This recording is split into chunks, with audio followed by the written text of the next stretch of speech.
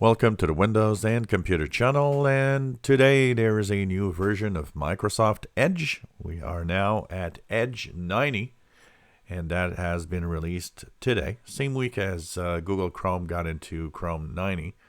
So this is, of course, the latest version of the Edge Chromium version. So if you want to know if you have the latest, go into the upper right in the three dots, go into help and feedback about Microsoft Edge. And here it should be updating you to version 90.0.818.39. So what's in here? What is in this new version? First, there probably are some security fixes that were actually found in the past few days and weeks that might be fixed. We're not really sure. I know that usually in the new version there are some security fixes in there, so probably are. What's in here for users? First of all, the password manager is here. So if you log into an account on your PC and that password has been found to be compromised on a website, well, the browser will tell you that your website is compromised, that you need to change the password to make sure that you stay safe. And some of you, because not everybody's got it, depends where you are. If you click on your avatar, your picture, and your on the upper right corner of the browser, you might see something called Kids Mode. So Kids Mode is something that you can actually have now that apparently really will change the way that your kids feel safe, and there are ages that you can choose from.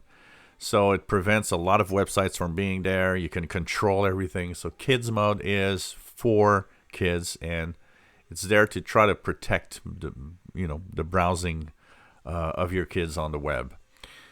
Browser history search. So when you have, or when you look at the browser history, what happens is a lot of it of the browser history, you could actually search in your browser history and see search through what you had done on your PC. Now that browser history is now searching through your synced browser history. That means that if you search through the browser history and you search for something that you actually have seen, you will actually find everything, not just what you did on this PC, as long as your browser is signed in with your Microsoft account on the same account everywhere. So it searches even in the sync. Download folder is now a flyout. What's the flyout? Well, it's because now instead of showing that it's in a different page or kind of a different thing, it's a little flyout that you see here. This is brand new. A lot of what you'll see, including the history, is there in the flyout like this. I'm not a big fan of this, but that's the way it is now. PDF improvements. Now, when you actually have a PDF that you're reading or that you're seeing, one of the options that was missing when you were wanted to print it was to print current page. And that was something that a lot of people are like, yeah, but I want to, I just want to print the page that I have now, not everything.